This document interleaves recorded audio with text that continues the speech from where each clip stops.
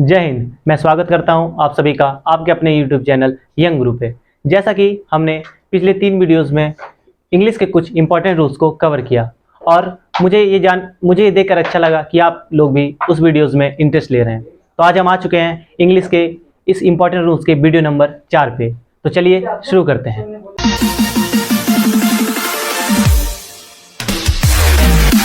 तो ये है हमारा पहला रूल। हमारा पहला रूल कहता है कि objective case after let, like, but etcetera ऐसे कुछ वर्ड्स हैं जिनके बाद आपको ऑब्जेक्टिव केस का यूज करना है। वो वर्ड्स कौन कौन से हैं? Let, like and but. हम एग्जांपल से समझते हैं। It is no one else but him who has worked. यहां पर जैसे आपने देखा कि बट वर्ड आ गया, तो जैसा कि अकॉर्डिंग टू रूल बट के बाद हमेशा ऑब्जेक्टिव केस आना है, तो ही का ऑब्जेक्टिव हिम होता है, इसलिए हमने यहाँ हिम का यूज किया। तो ये सेंटेंस करेक्ट है। हम एग्जांपल 2 देखते हैं। Let him do this. तो जैसा कि मैंने आपको रूल के अकॉर्डिंग बताया कि लेट के बाद हमेशा ऑब्जेक्टिव केस का यूज करना है, तो यहाँ पर भी हमने ऑब्जेक्टिव केस जो कि ही का हिम होता है, तो हमने हिम का यूज किया है, ना कि ही का। तो ये सेंटेंस भी करेक्ट है। ये वर्ड्स आपको याद रखने हैं, इसे आप अपने नोटबुक में नोट डाउन कर लें। तो पहले रूल से रिलेटेड क्वेश्चन आपके लिए। क्वेश्चन है no one can understand you like he. आपको बताना है कि किस पार्ट में एरर है। तो आपको एरर मिल चुका होगा कि अकॉर्डिंग टू रूल जब भी आपका वर्ड लाइक दिखे तो आपको लाइक के बाद हमेशा ऑब्जेक्टिव केस का यूज करना है। तो क्या यहाँ ही ऑब्जेक्टिव है? नहीं, ही यहाँ पर ऑब्जेक्टिव केस नहीं है, बल्कि ये एक नॉमिनेटिव केस है। तो यहाँ ही ना होकर हिम होगा। तो हमारा पार्ट सी इनकरेक्ट है। तो जिनका ये क्वेश्चन सही हुआ है कमेंट सेक्शन में बताना ना भूलें। तो दूसरा रूल आपके लिए। दूसरा रूल कहता है as good as well as soon as beautiful as. जहां भी आपको इस तरह के वर्ड्स दिखते हैं तो आपको ये रूल कहता है कि are followed by nominative case. तो हमेशा इसके बाद जो प्रोनाउन आएगा वो हमेशा आपका नॉमिनेटिव केस में होगा, ना कि ऑब्जेक्टिव केस में। हम एग्जाम्पल से समझते हैं। When it comes to loyalty, no one is as good as he। जैसे कि आपको यहां दिख गया as good as, तो ये हमारे रूल के अकॉर्डिंग भी है। तो जहां भी आपको as good as दिखेगा तो इसके बाद जो भी प्रोनाउन आएगा वो हमेशा नॉमिनेटिव केस में रहेगा, इसलिए यहाँ प्रोनाउन ही नॉमिनेटिव केस में है, ना कि हीज या फिर हर में हर लिखा हुआ है। तो ये सेंटेंस करेक्ट है। सेकेंड एग्जाम्पल हम देखते हैं। In studies you are as good as he. दोबारा से हमें वर्ड दिख गया एज गुड एज, तो हमें ध्यान रखना है कि एज गुड एज के बाद हमेशा नॉमिनेटिव केस यूज होगा प्रोनाउन का। तो यहाँ भी इसलिए वर्ड ही यूज हुआ है, ना कि हिम। तो आपको एग्जाम में हमेशा ऑब्जेक्टिव केस को देके कंफ्यूज किया जाएगा, तो आप वहाँ कंफ्यूज नहीं होंगे, बल्कि आपको याद रहना चाहिए कि ये सारे वर्ड्स आपको कहीं भी सेंटेंस में दिख रहे हैं तो इनके बाद हमेशा आप प्रोनाउन नॉमिनेटिव केस में लिखेंगे, ना कि ऑब्जेक्टिव केस में। तो दूसरे रूल से रिलेटेड क्वेश्चन आपके लिए। क्वेश्चन है you are not as good as him. आपको बताना है किस पार्ट में एरर है। तो जैसा कि आपको एरर मिल चुका होगा, हमें जैसे ही तुरंत सेंटेंस में एज गुड एज दिखे तो हमें रूल याद आना चाहिए कि उसके बाद हमेशा हमें प्रोनाउन नॉमिनेटिव केस में रखना है, ना कि ऑब्जेक्टिव केस में। और क्योंकि यहाँ प्रोनाउन ऑब्जेक्टिव केस में है, इसीलिए ये पार्ट इनकरेक्ट है। तो हमारा पार्ट सी इनकरेक्ट है। तो जिनका क्वेश्चन सही हुआ है बहुत बढ़िया, और जिनका क्वेश्चन नहीं सही हुआ है वो आगे के क्वेश्चन सही करने का कोशिश करें। तो ये है हमारा तीसरा रूल। तीसरा रूल कहता है joined by and then plural pronoun. कभी भी सेंटेंस में अगर कंजंक्शन एंड के साथ कोई चीजों को जोड़ा जा रहा है तो हमें हमेशा प्रोनाउन प्लूरल में यूज करना है, ना कि सिंगुलर में। हम एग्जांपल से समझते हैं। Ram and Mohan went to their school. जैसे ही हमें यहाँ एंड दिखा तो हमें याद आ जाना चाहिए कि उसके बाद जो भी प्रोनाउन आएंगे वो प्लूरल में आएंगे, इसलिए Ram and Mohan went to, यहाँ देयर स्कूल है, ना कि हीज स्कूल। हम दूसरा एग्जाम्पल समझते हैं। Suresh and his family members have completed their work. यहाँ भी एंड के साथ एंड का हेल्प लेके हमें दो चीजों को ज्वाइन किया जा रहा है, तो इसके बाद जितने भी प्रोनाउन आएंगे वो प्लूरल में रहेंगे, इसीलिए यहाँ देयर यूज हुआ है, ना कि हिज। तो हमारा ये रूल 3 का ही एक्सटेंडेड फॉर्म है। ये रूल कहता है, इसमें 2 केस है। पहला केस में है सेपरेट पर्सन्स और प्रोनाउंस देन प्लूरल वर्ब। जब भी सेंटेंस में बात अगर सेपरेट पर्सन्स या फिर प्रोनाउन की हो तो हमेशा हमें वर्ब प्लूरल में यूज करना है। लेकिन केस 2 बोलता है जब वो बात सेम पर्सन और या फिर प्रोनाउन के लिए हो तो हमें वर्ब हमेशा सिंगुलर में यूज करना है। हम एग्जांपल से समझते हैं। एग्जांपल है the chairman and director has come. क्योंकि यहाँ चेयरमैन के पहले ही बस द है, या डायरेक्टर के पहले आपको द नहीं दिख रहा होगा, इसका मीनिंग यह है कि चेयरमैन और डायरेक्टर एक ही पर्सन है, तो क्योंकि सेम पर्सन है तो हमेशा हमें सिंगुलर वर्ब का यूज करना है, इसलिए यह वर्ब सिंगुलर में हैज यूज हुआ है। लेकिन हम दूसरे एग्जांपल में देखेंगे तो लिखा हुआ है the chairman and the director have come. इससे हमें साफ साफ पता चल रहा है, क्योंकि यह द पर्सनिफाई कर रहा है दोनों को सेपरेटली, तो यहाँ पर सेपरेट पर्सन्स है। तो जहां भी आपको सेपरेट पर्सन्स या प्रोनाउन दिख जाएंगे तो आपको प्लूरल वर्ब का यूज करना है, इसलिए यह वर्ब हैव का यूज हुआ है। ये बहुत ही इंटरेस्टिंग रूल्स है, इससे रिलेटेड क्वेश्चन आपको अक्सर कॉम्पिटिटिव एग्जाम में देखने को मिलते हैं। तो ये हमारा चौथा रूल। चौथा रूल एडवर्ब से रिलेटेड है। ये रूल बहुत इंपॉर्टेंट रूल है। ये रूल क्या कहता है कि स्कार्सली या हार्डली, ये दो एडवर्ब जब भी आपको सेंटेंस में मिलते हैं तो ये हमेशा अपने साथ व्हेन वर्ड लेते हैं। लेकिन वही आपको जब एडवर्ब नो सूनर मिले तो आपको यूज करना है देन का, ना कि व्हेन का। यहाँ पर स्पेलिंग पर भी ध्यान दे, ये देन THAN वाला देन है, ना कि THEN वाला। हम एग्जाम्पल से समझते हैं। Hardly had I arrived home when my phone wrong.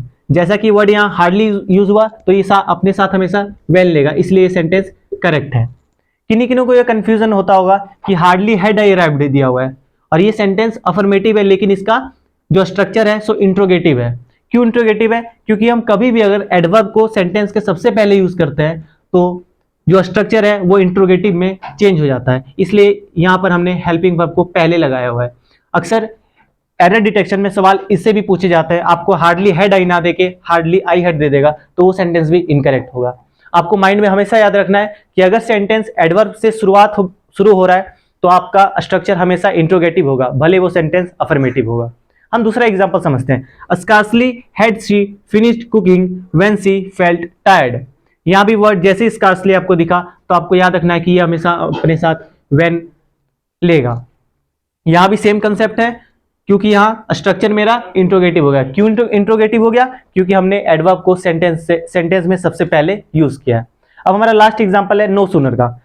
तो यहाँ पर हम एग्जांपल देख सकते हैं। No sooner had I eaten the fish then I started feeling sick. तो नो सूनर के बाद हमेशा आपको देन का यूज करना है, THAN देन, इसलिए ये सेंटेंस भी करेक्ट है। इन दोनों का मीनिंग ओनली जस्ट मतलब तुरंत ही, जैसे ही, ऐसा ही कुछ रिलेटेड होता है। तो रूल 4 से रिलेटेड एक बेहतरीन क्वेश्चन आपके लिए। क्वेश्चन है no sooner did Priya get her report card when she started jumping with joy. इस रूल का इंपॉर्टेंस आप यहाँ इस क्वेश्चन से लगा सकते हैं कि ये क्वेश्चन SSC CGL में पूछा जा चुका है। तो देखिए एरर कहाँ है। तो हमें एरर मिल गया है, क्योंकि जैसे हमने देखा नो सूनर तो हमें तुरंत माइंड में ये बात क्लिक कर जानी चाहिए कि नो सूनर के बाद हमेशा देन आना है। तो हम देखते हैं क्या नो सूनर के बाद देन है? जी नहीं, यहाँ पर व्हेन का यूज किया गया है, तो ये यूज इनकरेक्ट है। तो यहाँ व्हेन ना होकर क्या होगा? देन। जिनका क्वेश्चन सही हुआ है, अभी आप ये नहीं समझिए कि आपने SSC CGL निकाल लिया है, अभी और भी बहुत सारे ऐसे क्वेश्चन बचे हुए हैं। तो चलिए मेरे साथ और आगे क्वेश्चन अटेम्प्ट कीजिए। तो ये हमारा पांचवा रूल। पांचवा रूल कहता है कि कहीं भी आपको सेंटेंस में वन ऑफ द दिखे तो ये अपने साथ हमेशा प्लूरल नाउन लेगा। हम एग्जांपल से समझते हैं। एग्जांपल है one of the students was selected to visit ISRO. तो जैसे ही हमें सेंटेंस में वन ऑफ द दिख जाए तो हमें याद रखना है कि इसके बाद हमेशा प्लूरल नाउन होगा यूज, इसलिए यहाँ स्टूडेंट ना देकर स्टूडेंट्स दिया गया है, जो कि करेक्ट है। आपको एग्जाम में अधिकतर में सिंगुलर नाउन यूज किया हुआ रहेगा, जो कि एरर पार्ट रहेगा। आपके लिए इस रूल से रिलेटेड क्वेश्चन सामने है। क्वेश्चन है playing in the park is one of the thing that small children really love. ये भी एक PYQ है जो कि पिछले कॉम्पिटिटिव एग्जाम में पूछा जा चुका है। तो ये बहुत ही आसान क्वेश्चन है, आपको इसका आंसर मिल चुका होगा, क्योंकि मैंने बताया कि वन ऑफ द के बाद हमेशा प्लूरल नाउन होगा, तो यहाँ थिंग ना होकर यहाँ थिंग्स होगा। तो पार्ट हमारा C इनकरेक्ट है। तो जैसा कि कल मैंने आपको 4 क्वेश्चन दिए थे कल के रूल से रिलेटेड, और मुझे कमेंट सेक्शन में क्वेश्चन के आंसर कंटिन्यूसली कुछ स्टूडेंट्स के द्वारा देखने को मिल रहे हैं, तो मुझे वाकई बहुत ही अच्छा लग रहा है। तो कल के आंसर कुछ इस तरह है।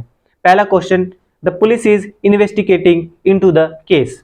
ये था आपका पहला क्वेश्चन। तो जैसा कि मैंने आपको रूल में बताया कि कभी भी अगर आपको सेंटेंस में इन्वेस्टिगेट वर्ड दिखे तो ये अपने साथ कभी भी कोई प्रीपोजिशन नहीं लेता है, और क्योंकि यहाँ इनटू प्रीपोजिशन यूज किया गया है इसलिए ये ऑमिट हो जाएगा और वो पार्ट हमारा इनकरेक्ट होगा। आपका सेकंड क्वेश्चन था I will see you in नून।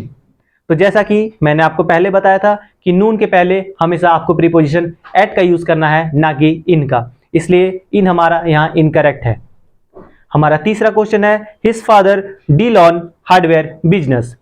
तो मैंने आपको बताया था कि कभी भी डील जब एक बिजनेस में की जाती है तो हमेशा डील के बाद प्रीपोजिशन इन का यूज होता है, और क्योंकि यहाँ प्रीपोजिशन ऑन यूज किया गया है इसलिए आपका पार्ट बी में एरर है, डील ऑन ना होके डील इन करेक्ट है। हमारा चौथा और लास्ट क्वेश्चन था the boy is running below the bridge. जैसा कि बॉय रनिंग कर रहा है तो बॉय एक मूवमेंट दर्शा रहा है, और जहां भी बात आपका मूवमेंट या फिर कवरिंग की हो तो आपको बिलो ना यूज करके अंडर यूज करना है। तो यहाँ बिलो इनकरेक्ट है, इसके जगह में अंडर करेक्ट होगा। तो मैं उम्मीद करता हूं कि आपके चारों में से चारों क्वेश्चन सही हो रहे होंगे। आप कमेंट सेक्शन में आप अपना आंसर लिखना ना भूलें। तो आज के बेहतरीन रूल से रिलेटेड कुछ बेहतरीन सवाल आपके लिए। तो सवाल है one of the boy is selected by the teacher. Second question है no sooner did he arrive then she started working. Third question है the principal and the director is coming here. Last question है I as well as him is a good boy. आपको बताना है कि किस part में error है, और अगर आपको कहीं एरर नहीं मिलता है तो आप ऑप्शन डी जो कि नो एरर है उसको सेलेक्ट करें। मैं उम्मीद करता हूं कि आपको कंसेप्ट अच्छे से समझ में आ गए होंगे। तो अगर आपको कंसेप्ट अच्छे से समझ में आ गए हो तो आप कोशिश करें कि आपके सारे के सारे क्वेश्चन सही हो। और मैं चाहूंगा कि आप जिस तरह से हमें सपोर्ट कर रहे हैं उसी तरह से हमें सपोर्ट करते रहें। वीडियोस को लाइक करें, शेयर करें और चैनल को सब्सक्राइब करना ना भूलें। आज के लिए बस इतना ही, मिलते हैं आपको नेक्स्ट वीडियो में, तब तक के लिए जय हिंद।